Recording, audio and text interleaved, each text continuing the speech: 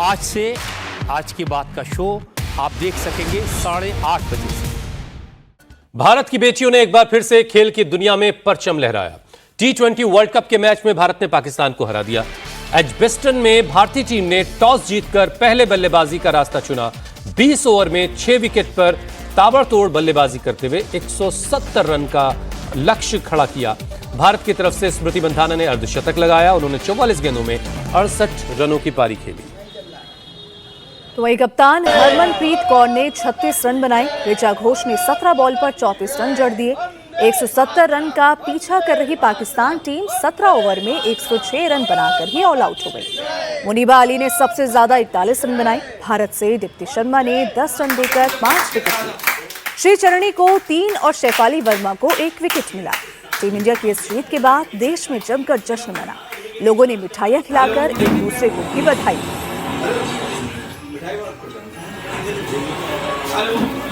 Edgbaston में खेले गए इस मैच में भारतीय विमेंस टीम ने शानदार खेल दिखाया। टॉस जीता, पहले बल्लेबाजी चुनी और उसके बाद फिर स्मृति मंधाना ने बेहतरीन अर्धशतक जड़ा, 68 रन जोड़े। हरमनप्रीत कौर ने 36 रन बनाए। ऋचा घोष ने 34 रन जोड़े। पाकिस्तान की तरफ से गेंदबाजी की बात की जाए तो सादिया को 2 विकेट मिला और पूरी पाकिस्तान की टीम जो है वो 106 रनों पर ढेर हो गई। 171 का रन का पीछा करना था। 170 रन भारतीय टीम ने बनाए थे, लक्ष्य 171 का था और इस लक्ष्य का पीछा करने उतरी पाकिस्तान की पूरी टीम 106 रनों पर ही ढेर हो गई। सबसे ज़्यादा पाकिस्तान की तरफ से मुनीबा अली ने 41 रन जोड़े। गुल फिरोज़ा ने 12, आलिया रियाज ने 18 रन बनाए। भारत की तरफ से दीप्ति शर्मा ने कमाल की गेंदबाजी की, 10 रन देकर के 5 विकेट चटकाए तो श्रीचरणी को 3 विकेट मिला।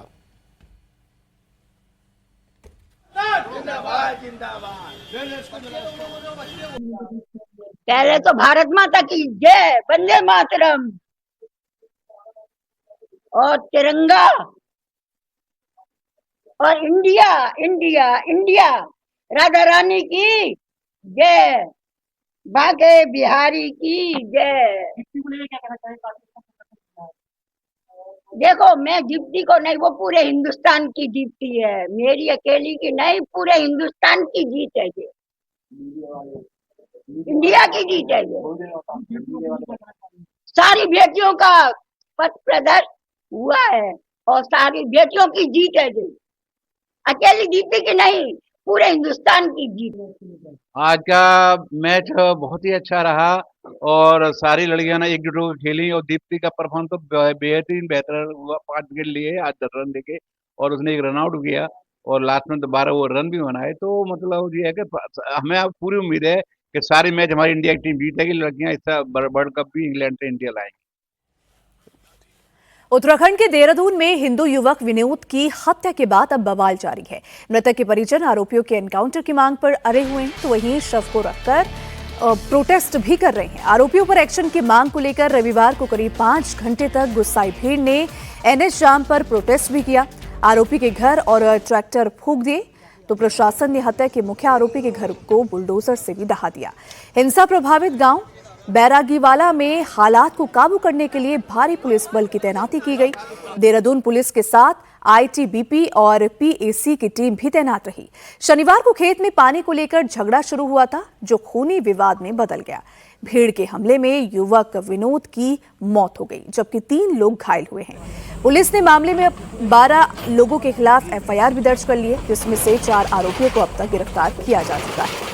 अब पीड़ित परिवार वालों ने युवक विनोद की हत्या में शामिल सभी 5 मुख्य आरोपियों के एनकाउंटर की भी मांग की है।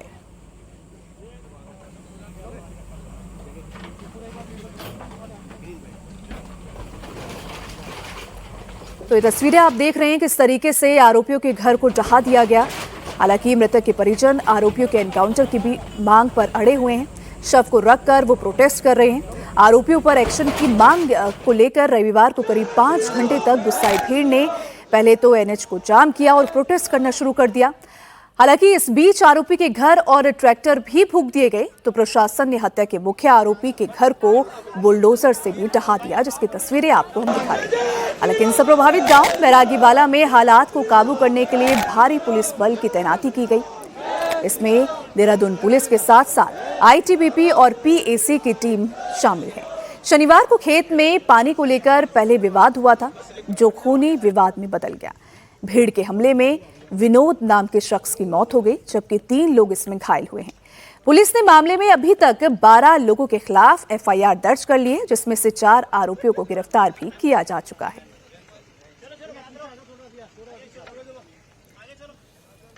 शनिवार को देहरादून में विनोद के घर में घुसकर हमला करने का सीसीटीवी फुटेज सामने आया है, जिसमें दिखाई दे रहा है कि बच्चों के सामने विनोद को घर में घुसे हमलावरों ने उसके साथ मारपीट की, हथियारों से हमला किया, जिसमें बुरी तरह से घायल विनोद की इलाज के दौरान मौत हो गई।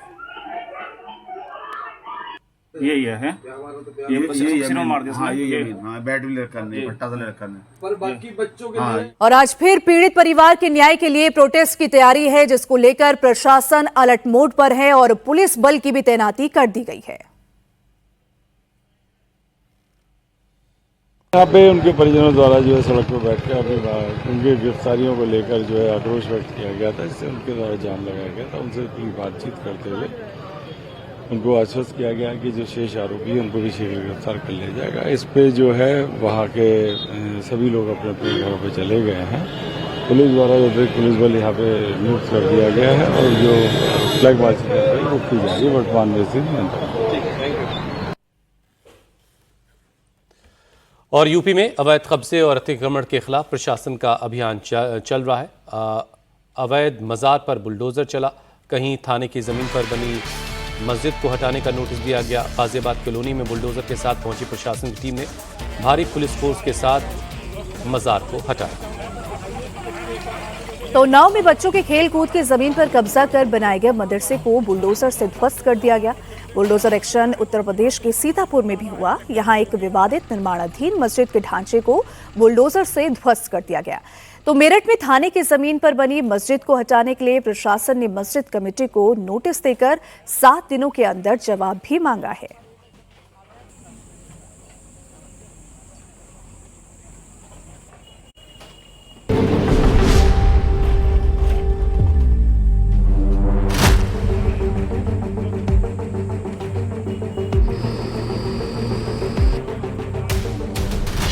अतिक्रमण पर योगी का प्रहार, शहर शहर गर्जा बुलडोजर।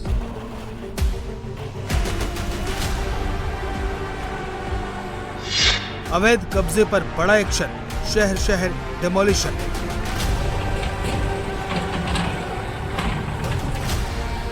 यूपी के गांव से लेकर शहर तक भू माफियाओं और मजहब की आड़ में सरकारी जमीनों पर अवैध कब्जा करने वालों की खैर नहीं है।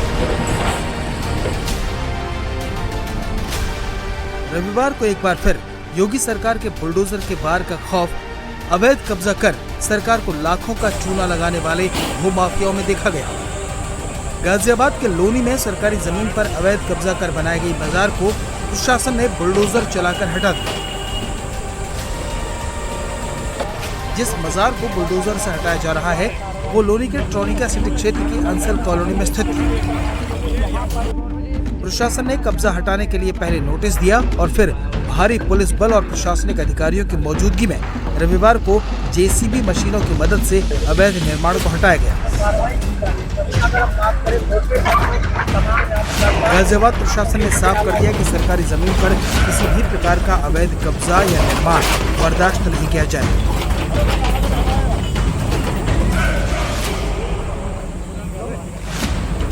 गाजियाबाद में अवैध मजार हटाई गई तो उन्नाव में प्रशासन ने बड़ी कार्रवाई करते हुए अवैध मदरसे को हटा दिया। यहाँ माखी थाना क्षेत्र के इसुनिया गांव में अवैध मदरसा बनाया गया था। प्रशासन के मुताबिक खेलकूद के मैदान की जमीन को कब्जा कर मदरसा संचालित किया जा रहा था। मामले में कोर्ट की तरफ से आदेश के बाद प्रशासन ने 3 जून को नोटिस जारी किया, लेकिन मदरसा संचालक ने अवैध कब्जा नहीं हटाया। इस बीच शनिवार को बजरंग दल के साथ कुछ और हिंदूवादी संगठनों के लोगों ने प्रशासन से कार्रवाई की मांग की थी। भारी विरोध और हंगामे के बाद रविवार को भारी पुलिस बल की मौजूदगी में अवैध निर्माण को ध्वस्त कर दिया गया। अब यहाँ फिर से खेलकूद का मैदान विकसित किया जाएगा, जिस पर इलाके के बच्चे खेलेंगे। ग्राम इसुनिया परगना परियर में जिलाधिकारी महोदय के निर्देशन में पुलिस प्रशासन की मौजूदगी में गाटा नंबर 122 जो कि हमारा खेलकूद का मैदान है और जिसका रकबा 0.835 हेक्टेयर है, उस पर एक अवैध मदरसा संचालित था, जिसकी बेदखली की कार्रवाई न्यायालय द्वारा प्रस्तावित थी और उसको नियमानुसार नोटिस तामील कराते हुए पर अवैध कब्जे को हटवाया गया है। ये प्रकरण 2018 में संज्ञान में आया था। उसके बाद बेदखली की कार्रवाई सुनिश्चित कराते हुए 3 जून को यहाँ पर नोटिस तामीला कराया गया था और कल एक बार पुनः एक बार प्रयास किया गया था कि शांतिपूर्वक तरीके से इन्होंने अपना कब्जा हटा लें, परंतु जब उन्होंने कब्जा नहीं हटाया तब आज बलपूर्वक तरीके से प्रशासन द्वारा कब्जा हटा दिया गया। अवैध निर्माण पर शहर से गांव तक यूपी का बुलडोजर एक्शन जारी है।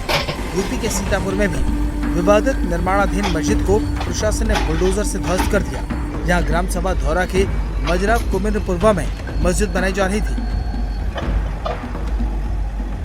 जिस निर्माण के अधूरे ढांचे को तोड़ा जा रहा है उसे कुछ लोग खेत में बना रहे थे। निर्माण कुछ समय तक चला, लेकिन पारिवारिक विवाद के कारण पूरा नहीं हो पाया। लंबे समय से विवाद का कारण रहे इस अधूरे ढांचे को लेकर लोकल लोगों की शिकायत के बाद प्रशासन ने डिमोलिशन ड्राइव चलाया और ढांचे को हटा दिया। इसके साथ ही मस्जिद से सटे चक मार्ग को भी अतिक्रमण मुक्त कराकर आम लोगों की आवाजाही के लिए रास्ता क्लियर कराया गया। इधर यूपी के मेरठ में भी अब एक अवैध मस्जिद को हटाने की तैयारी है। मेरठ के खरखौदा में थाने की जमीन पर ही अवैध कब्जा कर मस्जिद बना दी गई, जिससे अब प्रशासन ने हटाने का नोटिस जारी किया है। अब मस्जिद प्रबंधन को 7 दिन के अंदर अवैध कब्जा हटाना होगा, नहीं तो यहाँ भी प्रशासन डिमोलिशन ड्राइव चलाएगा। मेरठ पुलिस द्वारा थाना और चौकी के जो डॉक्यूमेंट्स हैं उनको वेरीफाई करने के क्रम में थाना खरखौदा की पैमाइश कराई गई थी, जिसमें यह ज्ञात हुआ कि खसरा संख्या 1217 जो है थाना खरखौदा के नाम पर आवंटित है, जिसका क्षेत्रफल 0.6450 हेक्टेयर है। इसी क्रम में पीछे की तरफ इसी लैंड में एक मस्जिद का पहले से निर्माण है, जिनके इमाम को नोटिस दिया गया है और 7 दिवस की जो है मोहलत दी गई है कि जिनके पास कोई भी डॉक्यूमेंट है और जिनका जवाब जो है उसको प्रस्तुत करें, अन्यथा माननीय उच्चतम न्यायालय के निर्देशों के अनुसार इसमें अतिक्रमण हटाने की कार्रवाई की जाएगी। योगी सरकार का अवैध कब्जे के खिलाफ एक्शन लगातार जारी है और वर्षों से अतिक्रमण कर जमे भूमाफियाओं में बाबा के बुलडोजर का खौफ है।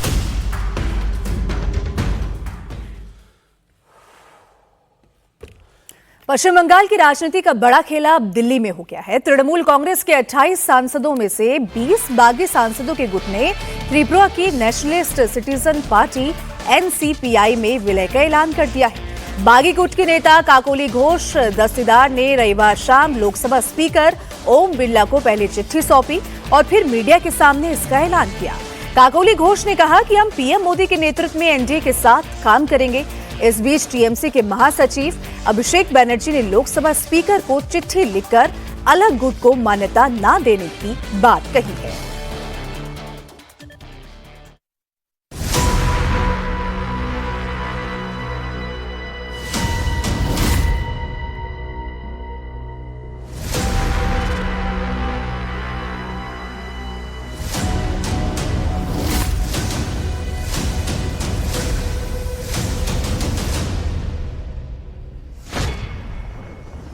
दिल्ली में खेला टीएमसी के बागी एनसीपी में शामिल।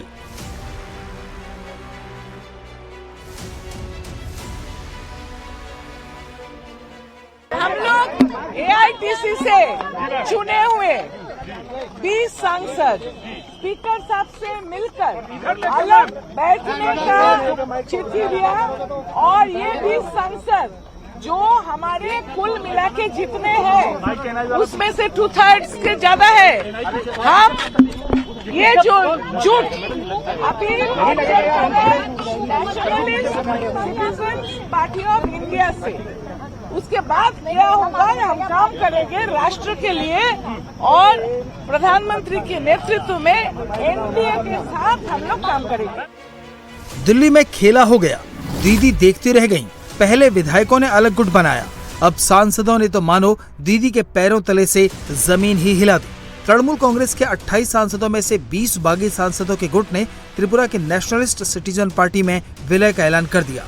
बागी गुट के नेता काकोली घोष दस्तगीर ने रविवार शाम लोकसभा स्पीकर ओम बिरला से मुलाकात की। उन्हें चिट्ठी सौंपकर कहा कि अब वो पीएम मोदी के नेतृत्व में एनडीए के साथ काम करेंगे। हम लोग एआईटीसी से चुने हुए 20 सांसद स्पीकर साहब से मिलकर अलग बैठने का चिट्ठी दिया और ये भी संसद जो हमारे कुल मिला के जितने हैं उसमें से 2/3 से ज्यादा है। हम ये जो जुट appeal nationalist citizen party of India से, उसके बाद क्या होगा, हम काम करेंगे राष्ट्र के लिए और प्रधानमंत्री के नेतृत्व में एनडीए के साथ हम लोग काम करेंगे। ओम बिरला से मुलाकात के दौरान ही टीएमसी के बागी सांसदों ने दस्तखत किए और उन्हें स्पीकर को सौंपा। अब इन सांसदों के नाम भी जान लीजिए। काकोली घोष दस्तगीर, जगदीश बंसुनिया, खलीलुर रहमान, यूसुफ पठान, अबू ताहिर खान, पार्थ भौमिक, बापी हलदार, सयोनी घोष, माला राय, मिताली बाग, दीपक अधिकारी, कालीपत सोरेन, जून मालिया, अरूप चक्रवर्ती, डॉक्टर शर्मिला सरकार, प्रसून बंदोपाध्याय, आसित कुमार माल, वीरभूम, शताब्दी राय, रचना बनर्जी और सुदीप बंदोपाध्याय। ये वो नाम हैं जो ममता से अलग हो चुके हैं। हालांकि स्पीकर से मुलाकात के दौरान 17 सांसद ही मौजूद थे। स्पीकर से मुलाकात के बाद साफ हो गया कि बगावत ऑफिशियल हो चुकी है। टीएमसी के बागी सांसदों ने स्पीकर से संसद में अलग बैठने की जगह देने की मांग की है। काकोली घोष ने दावा किया है कि नेशनलिस्ट सिटीजन पार्टी एनडीए को समर्थन देगी। बागी गुट के मुताबिक उनके पास 2/3 सांसदों का समर्थन है। इस बीच ममता बनर्जी गुट ने स्पीकर को चिट्ठी देकर अलग गुट को मान्यता न देने की मांग की है। नेशनलिस्ट सिटीजन्स पार्टी, ये पार्टी के साथ हम लोग शामिल हुआ। कहाँ की पार्टी है दादा? डाउन करो ना दादा। एक पॉलिटिकल पार्टी है जी, और रिकॉग्नाइज्ड कोई रीजनल पार्टी है जी जी। तो वो पार्टी को साथ हम लोग मार्च हुआ। टीएमसी रहेगी, वो अलग है। आप वो दूसरा जो टीएमसी बोल के जब उन्होंने डिमांड करेंगे तब दोनों पार्टी के बीच में कौन असली टीएमसी है वो विषय पर कोर्ट में डिसाइड होगा। क्लेम करेंगे हाँ, टीएमसी आप है बाद में। टीएमसी के बागी जिस पार्टी में विलय कर रहे हैं उस पार्टी के बारे में भी जान लीजिए। National citizen party of India Tripura की रजिस्टर्ड लेकिन गैर मान्यता प्राप्त राजनीतिक पार्टी है। पार्टी ने 2023 के त्रिपुरा विधानसभा चुनाव में 4 सीटों चावमानू, अम्बासा, करमछड़ा और कैलाश शहर पर चुनाव लड़ा और सभी सीटें हारी। टीएमसी के सांसद ममता से टूटे तो मीटिंग करने के लिए उन्होंने बीजेपी के बंगाल प्रभारी और केंद्रीय मंत्री भूपेंद्र यादव का बंगला चुना। अभिषेक बनर्जी से पहले टीएमसी पार्लियामेंट्री पार्टी के लीडर रहे सुदीप बंदोपाध्याय इसी बंगले पर पहुंचे थे। काकोली घोष, शताब्दी राय, जून मालिया, ये सारे सांसद यहीं पहुंचे। दिल में है काबा और आंखों में मदीना गाने वाली सयोनी घोष भी भूपेंद्र यादव के बंगले पर पहुंची। अभी कुछ नहीं कहना है, जब बोलने का वक्त आएगा तब कह देंगे। बागी विधायकों में शामिल हो गई हैं? सब पता चलेगा आप लोगों को पता चलेगा जब वक्त आएगा। देखिए, मैं आपको जवाब नहीं दूंगी, मैं जवाब सिर्फ अपने क्षेत्र के लोगों को। लोग आपकी बात सुन रहे हैं सयोनी जी, ये आवाज आपके लोगों तक पहुंच रही है, क्या कुछ आप बताएंगे? आवाज आगे भी पहुंचेगी। ममता और अभिषेक के साथ अब इक्का दुक्का सांसद ही बचे हैं। ये ममता और उनके सांसदों की मीटिंग की आखिरी तस्वीर है। 14 मई को ममता बनर्जी ने अपने लोकसभा और राज्यसभा सांसदों की मीटिंग की। इसमें यूसुफ पठान भी दिख रहे हैं, सयोनी घोष भी दिख रही हैं। इनमें से ज्यादातर चेहरे नए गुट में शामिल हो चुके हैं। जो दीदी के थे वो अब मोदी के पाले में जाकर खुश हैं। हमारे जो सांसद हैं, हम 20 अभी नेशनलिस्ट सिटीजन पार्टी के साथ हम लोग मर्ज करके एनडीए के साथ काम करेंगे। प्रधानमंत्री नरेंद्र मोदी जी के, हमारे अमित शाह जी के नेतृत्व में। इस दौरान ममता बनर्जी का गुट भी एक्टिव था। टीएमसी के 2 सांसद कीर्ति आजाद और राज्यसभा के सांसद सागरिका घोष बागियों से पहले ही लोकसभा स्पीकर ओम बिरला के दरवाजे पर पहुंच गए। वो अपने साथ ये अर्जी लेकर गए थे कि बागियों को अलग गुट की मान्यता न दी जाए और जो पार्टी लाइन से हट रहे हैं उनकी सदस्यता रद्द की जाए। टीएमसी महासचिव और पार्लियामेंट्री पार्टी के नेता अभिषेक बनर्जी ने भी लोकसभा स्पीकर को इस बारे में चिट्ठी लिखी है। देखिए बहुत स्पष्ट है, सुप्रीम कोर्ट के कॉन्स्टिट्यूशनल बेंच में ये कहा गया है, शेड्यूल 10 के 4 अनुच्छेद में कहा गया है कोई स्प्लिट हो ही नहीं सकता। जो भी है, जो महाराष्ट्र में हुआ वो गलत है। उसी को लेकर हम यहाँ आवेदन देने आए थे, वो आवेदन हमने दे दिया है माननीय स्पीकर को, और हमको पूरा विश्वास है कि कानून के अंतर्गत ही जैसा काम करते रहे स्पीकर वैसे करेंगे। ममता बनर्जी एकदम खामोश है। बंगाल से दिल्ली तक बड़ा खेला हो गया है। अब टीएमसी के प्रवक्ताओं के पास भी ज्यादा दलीलें नहीं बची। देखिए, ये जो एमपी लोकसभा का जो जा रहा है ना, क्या दिल्ली जा रहा है, डिनर है, क्या वेज मेनू है, क्या नॉन वेज मेनू है, ये सब क्या सुन रहा है, तो ठीक है। तो प्रॉब्लम ये है कि ये जो रेबल है ना, इसका मॉडल ये क्या है, राज्यसभा में रेजिग्नेशन मॉडल है और लोकसभा में बीजेपी को घर में घुस जाना मॉडल है। तो राज्यसभा में वो लोग रिजाइन कर रहा है, तो लोकसभा में रिजाइन क्यों नहीं कर रहा है? जो आप इंडिपेंडेंट एमएलए एमपी नहीं हो,